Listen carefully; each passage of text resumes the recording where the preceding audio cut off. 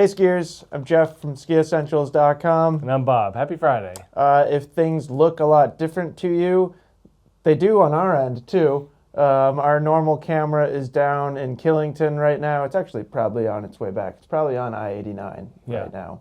But I sent our normal camera down to our shop in Killington, Basin Sports, just doing some filming down there with Matt and Chris. So we're using a GoPro for Top 5 Fridays. Yeah. The alternative was to go for a mountain bike ride and do the news while mountain biking, which felt really challenging. So yeah, probably not quite as polished as we normally are, although I would say we're never that polished anyways. It's Friday after all. It's kind of part of it's Friday afternoon. What do you expect? So yeah, GoPro's not particularly good for studio use. I don't think that's a surprise to anybody. Fantastic action cameras, though. Yeah, they do such an amazing job. We are not sponsored by GoPro. No. I feel like I should throw that out there after just giving them an endorsement. They do help us out sometimes with cameras. Yeah. Anyways, I don't really have too much to say. I'm looking at all the Kesley Paragon skis over on the other side of the camera. We did put out that Paragon overview. Really excited about the Paragon line in general. I think it's awesome. Yeah, and we got a lot of interest in it even before the video, and people are still interested. Yep. Want to know more. Yeah, I mean, I'm excited to ski them more. I skied the 101 quite a bit, but excited to spend more time on them next year. And yeah, let us know in the comments if there are other ski collections that you really want us to talk about soon. We will very likely get to everything that you could possibly mention, but like we had a conversation this morning of like, what should we do next? Yeah. One thing that you will see next week, and I was hoping to have it out this week, but just ran out of time. It is taking a very long time to put together as a trip recap from my Austria trip with Blizzard. I had over 2 hours of skiing footage to go through, and half of them were 360 footage, which takes a long time. Yeah. But hopefully people like it because I have spent a lot of time on it now. Do you have anything else? I don't think so. Okay. So getting right into the ski industry news from the week. First up, kind of FIS ski racing news. We've got a couple updates from U.S. women's ski team athletes. First, Alice Merriweather has decided to retire from ski racing. Kind of some career highlights for her. She represented the United States at the 2018 Olympics. She had her best World Cup season in 2019. We all know what happened the year after that. Yeah, a whole lot of nothing. There was a global pandemic. Yep. Not much happened. The following year, she took another year off for personal reasons. The following year, she had a bad accident that resulted in a broken leg. So been kind of a bumpy last 4 years for her. It's a brutal sport. You know, we did that story on the athletes retiring at the end of the year a few weeks ago. Yep. And we can add Alice to this mix, and you can go check out her Instagram post, and it kind of details like kind of what she went through and so on and so forth. But yeah, it's a challenging sport. Yeah. The injuries are very real. They get worked. Oh yeah. Like catastrophic injuries. Yeah. Like it's pretty bad. I mean, even taking out injuries, it's just physically exhausting. Yeah. So, you know, I would say congratulations to what I would consider a very successful ski racing career. You made it to the Olympics and you competed at the highest level that the sport has to offer. Yeah, I think these competitive athletes, they just all want that. No, I totally. They all want that next level. I understand, but that's maybe, I don't know, who knows? Maybe she'll watch, and maybe me congratulating her will be refreshing for her. We haven't talked about Breezy Johnson in a while. She has officially received a 14-month ban. If you recall, she wasn't available for the 3-day window of her drug test, or she didn't tell them where she was. I think that's what it was. Yeah. There's something. I don't remember the details, but she missed a drug test and basically pulled herself out of competition. And now she has officially received a 14-month ban. Luckily for her, it is being applied retroactively from the last missed test. If you're like me and you don't remember exactly when that was, that means that she will be back to ski racing this coming December. So, interesting strategy. pulling yourself out. Yeah. Yeah, I mean, it basically worked. Yep. What she was kind of trying to do. So it'll be great to have her back on the circuit. I feel like the rest of the news will go pretty quickly. A solar farm has opened outside of Salt Lake City, which will provide power for both Park City and Deer Valley. This is D.E. Shaw Renewable Investments. They have announced that the Electron solar field has officially gone online. Park City will buy 100% of its power through Electron. Deer Valley will be purchasing 80% of their power.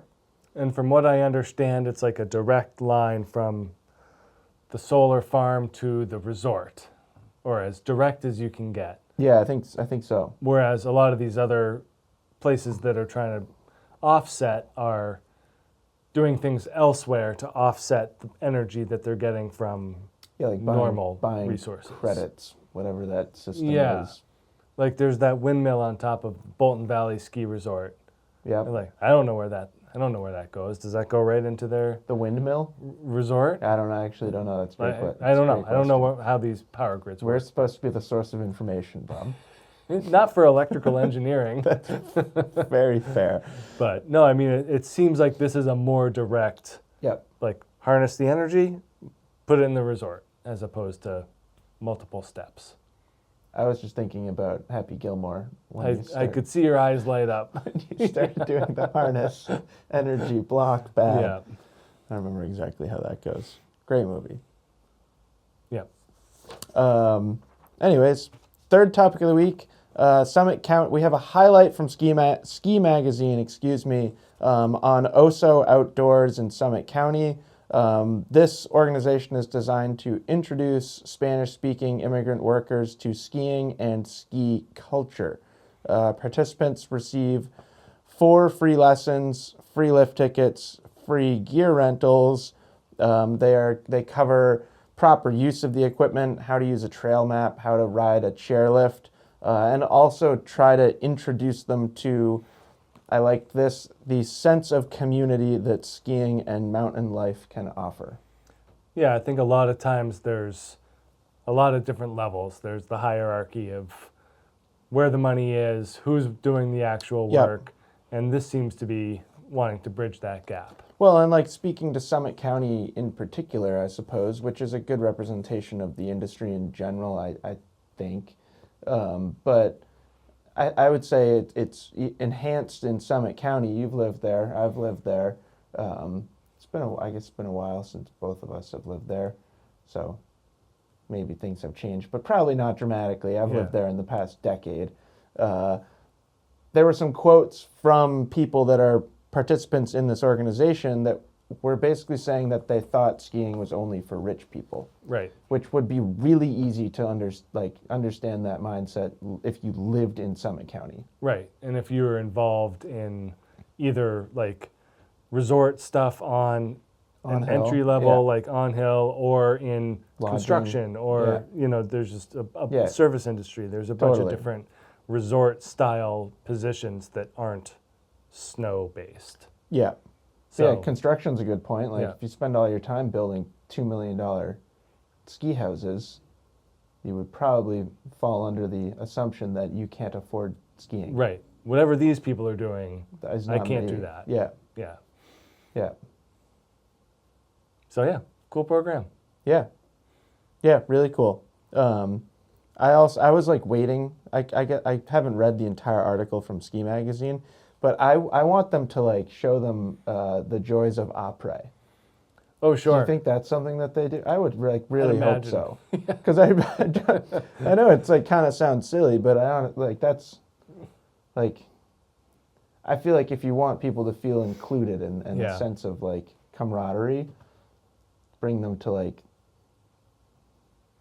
Now I'm dating myself because I can't remember what the popular après bars in Breckenridge, but bring them there. Yeah. No, I think that's That's going to happen naturally. I don't know if that's Yeah. specifically part of their program, but You would hope so. I would bet that's Yeah. part of the deal. At least I would hope so. Yeah. Last topic of the week, we have a article from peakrankings.com on Walt Disney and his association with skiing and his nearly developed ski resort or resorts. So kind of speaking historically, he helped fund Sugar Bowl Resort, in the 1930s. In 1941, he created the cartoon The Art of Skiing. In the 1960s, he pursued a plan to build a resort called Mineral King, which would be just outside Sequoia National Park. He did not run into like financial hurdles. This is when Disney World was being developed. Yeah. So, I think he had plenty of resources.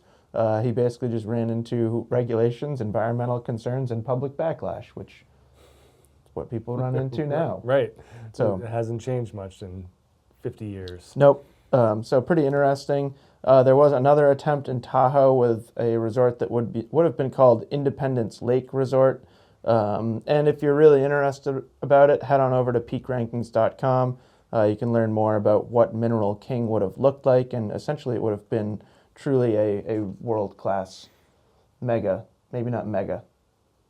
What is qualified? You have to combine two resorts. He'd have to combine Yeah, you Mineral can't just King make one with big one. Independence Lake Resort. Yeah. And if you have no idea what we're talking about, you missed last week. I think that was last week. So I thought that was pretty interesting. And then lastly, we have our edits of the week. First up, we have the Magma Crew. Magma Mondays is starting to become one of my favorite go-to edits. This time they're at Kimbo Sessions, which is also one of my favorite events. Second edit, we've got Park Laps by Marcus Eder. Our esteemed colleague Matt McGinnis put in the written article that maybe you don't know that Marcus Eder is a park skier, which makes me feel old.